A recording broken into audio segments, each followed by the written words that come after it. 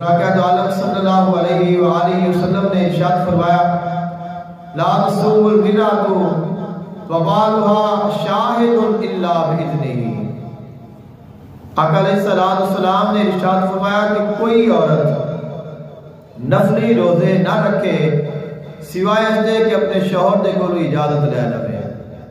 تو شوہر دی اطاعت اور فرما برداری بہت ضروری ہے، بہت اس کی فضیلت ہے، بڑی اس کی تاکید ہے، لیکن فرائض اور واجبات اور شرعی احکامات جو شریعت کا دائرہ ہے اس کے اندر رہ کے ان کی اطاعت اور فرما برداری لازم ہے۔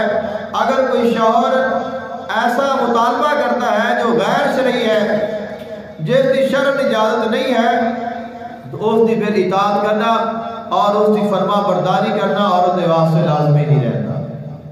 مثال ہے اگر کوئی شوہر کہتا ہے کہ تو نماز نہ پڑھ، نماز فرض ہے، تو وہ اپنے شوہر کے آکے لا کے نماز ترک نہیں کر سکتی۔ ایسے ہی اگر فرضی روزہ ہے تو وہ اپنے شوہر کے آکر دے اس ترک نہیں کر سکتی۔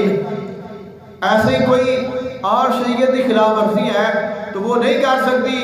لیکن اگر شریعت کی خلاف ورزی نہ ہو رہی ہوئے، فرائض اور واجبات کوئی نہ رہ رہے ہوں، تو اس کے علاوہ اگر نفلی عبادت ہے تو اس کرن تو پہلے شوہر کی اجازت ضروری ہے۔